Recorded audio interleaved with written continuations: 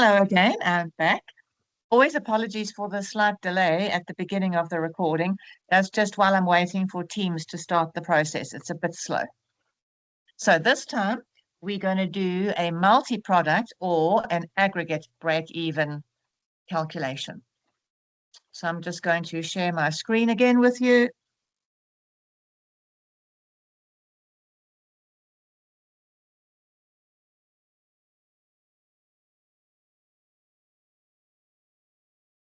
This one.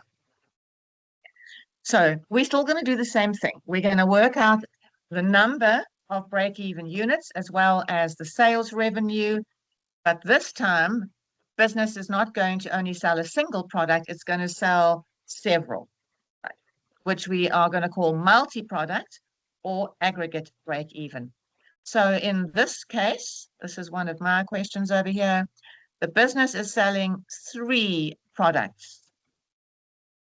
So we have chocolates, peanuts, and biscuit. All nice edibles. All right. Oh, I didn't want the selling price to highlight. I don't know why that happened. I didn't select that. So let's see now what the question is asking. We want aggregates this time and aggregate what? Break even units for the company. The company, M&M, they sell the 3 things. And something else that's very important in this context is we have what we call a product mix. So the product mix is the combination of all of the different products, in this case, the 3 things. And I have said the current product mix, because what we could also do in this situation is we could use this to identify the most profitable in the product range. And obviously what the business would want to do to increase its overall profit is it would want to produce more of that product that brings in the greatest contribution and less of the one that brings in the lowest contribution. So it could be that the product mix could change. But we're going to base this on the current product mix. And just so we don't get all mixed up with rounding, I'm going to say, let's round the monetary values to 2 decimals and all units to the nearest whole number. Then when we're done with that, we're going to find the number of units of one of the products. Only biscuit this time. And then what are we going to do in part 3? We are still going with aggregate or multi-product, but we're now going to rather move on to the break-even sales revenue. So the process is pretty much the same as what I did with your single product, except now in the case of your break-even units. Let me just type up the formulas here for you. So your aggregate break-even units is equal to the total fixed cost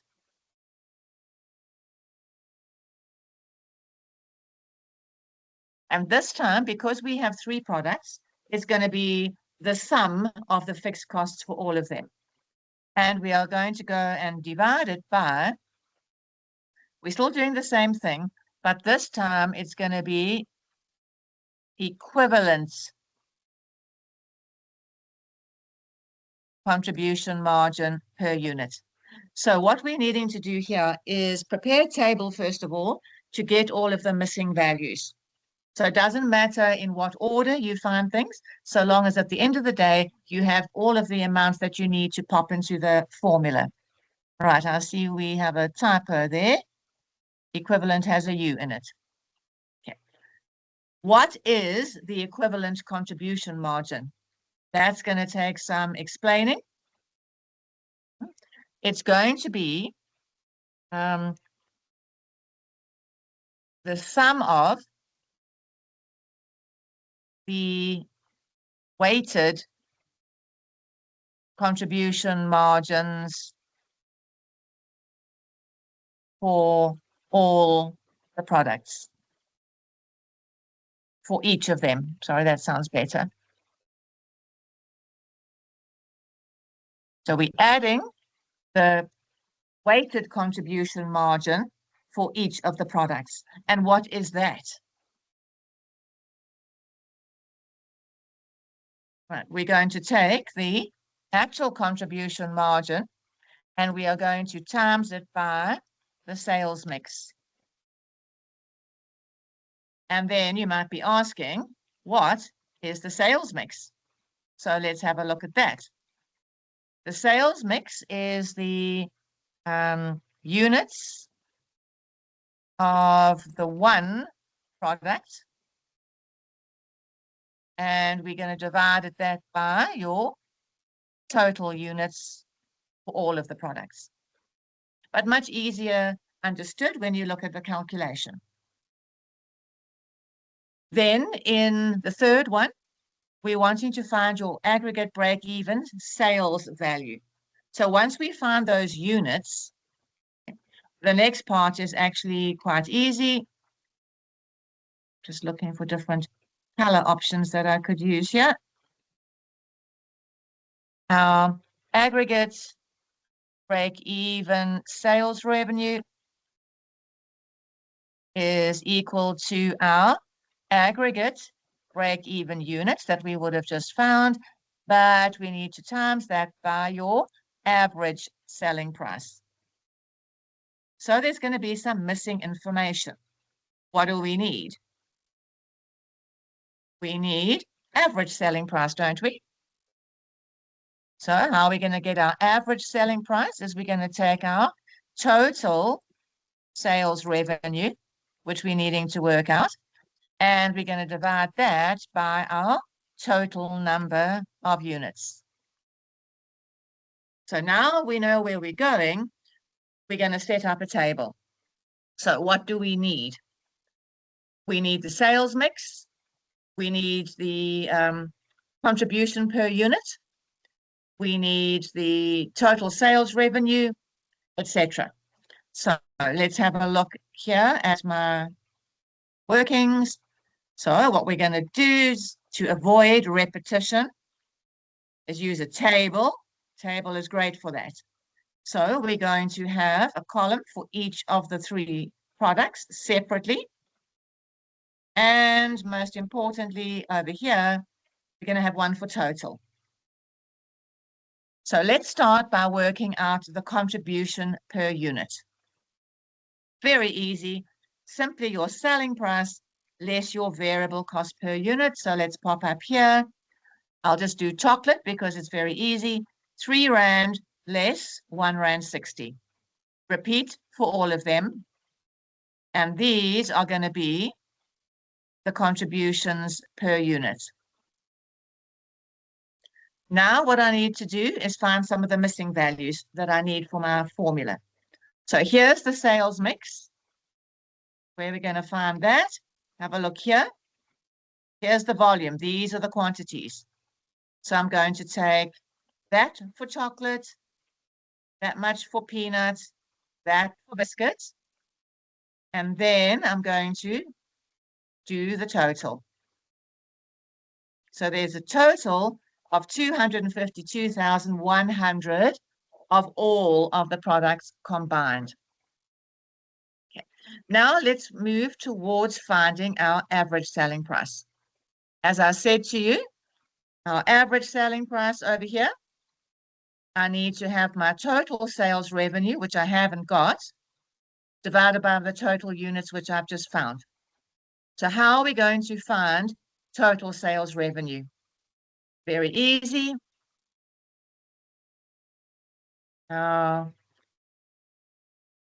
Sales revenue for any one product. What are we going to do? It's our selling price per unit times the number of units. So let me take peanuts this time. So for peanut, the selling price is R1.50. The volume is down here, 42,100. And I would do the same for chocolate. R3 times 98,200. Biscuit, R2.80 times 111,800. Okay? That's going to be these three numbers over here. Then I'm going to add them all together and get that. Okay. Slowly but surely, I'm ticking things off the list.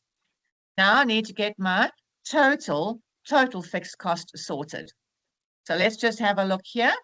Here is the info on the fixed cost. Little different to possibly how you've seen it before. We're going to have an allocated or product-specific fixed cost per unit, as well as a general one. So does that change anything? Absolutely not. What are we going to do? We're just going to take the chocolate, 50 cents and 45 cents, add together gives 95 cents.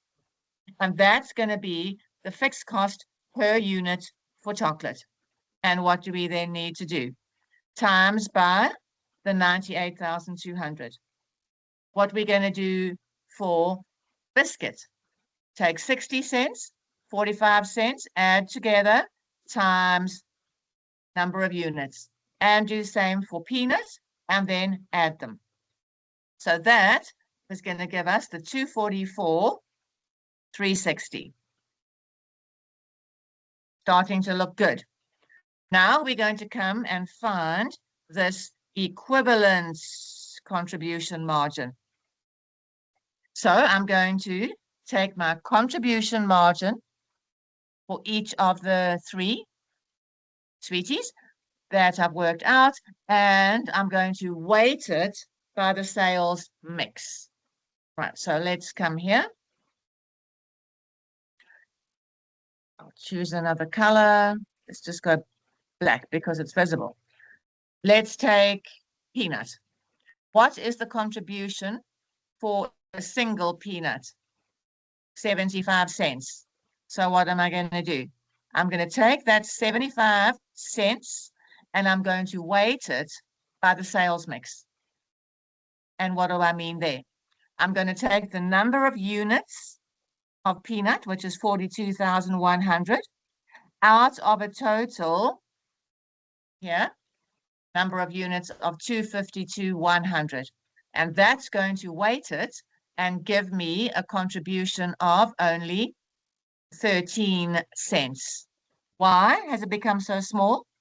Because the number of units of peanuts is the least in the sales mix. Let's try it again. Let's go chocolate.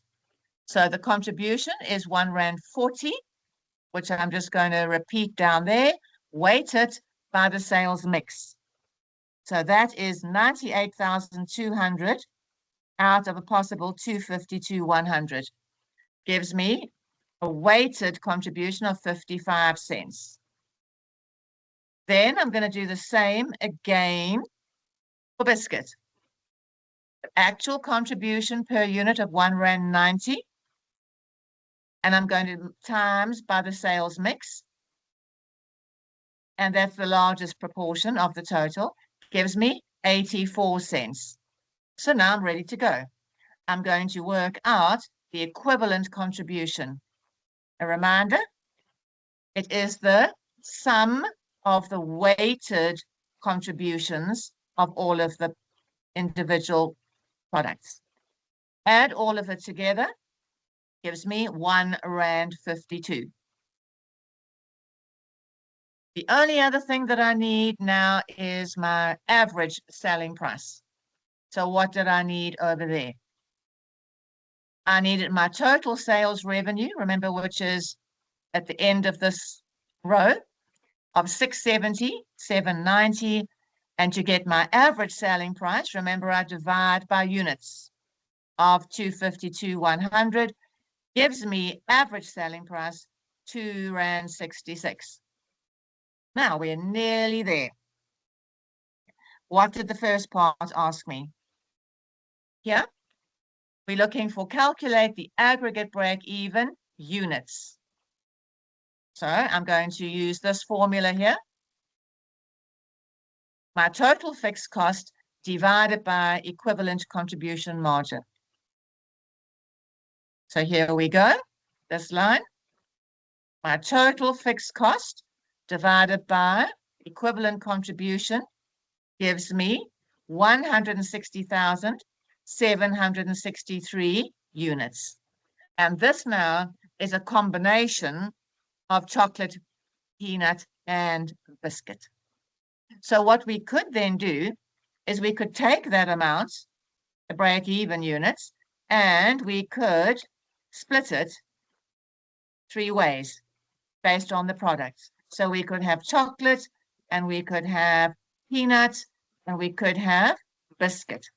So all we're going to do there is we're going to take that total of the 160, and to find out for any one product, we're just going to apply the sales mix, which is what I asked you here in part 2. Find the number of units of biscuit at the break-even units that we worked out. So biscuit is over here. Here's biscuit. It's 111,800 out of the 252. So all we're going to do is exactly that. We're going to take the total, which is the aggregate or the combined break-even, and to find the share associated with the biscuit, we times the sales mix, and we're going to get 71,294. And we would do the same for chocolate. Chocolate would be 160,763 times 98,200 divided by 252,100. How would we do it for peanuts? Peanuts volume is 42,100 divided by 252,100. And obviously then, if you were to do that, and you'd add them together, again, you must go back to the 160,763, because all we're doing is we're splitting it. Right, we've got one more part to do. This is number 3. We want your aggregate break-even sales revenue. So we're going to take those break-even units that we found, and we're going to multiply by average selling price, which we've worked out. Super quick and easy now. Right? So here's those same break-even units. And remember from above over here, we worked out your average selling price of R2.66. Multiply, and we get that really large number over there. And make sure again that this is expressed as rand, and all of the others are units. And that's that. We've covered all that we need to do now for learning unit 3. So I'm going to wrap up this recording, and then we're going to proceed with the final one, and that is going to be on linear programming.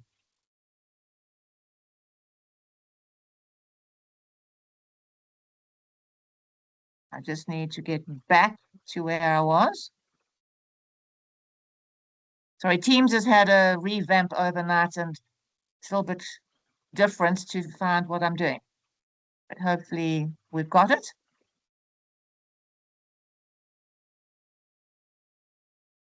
And so, cheerio for now. Bye.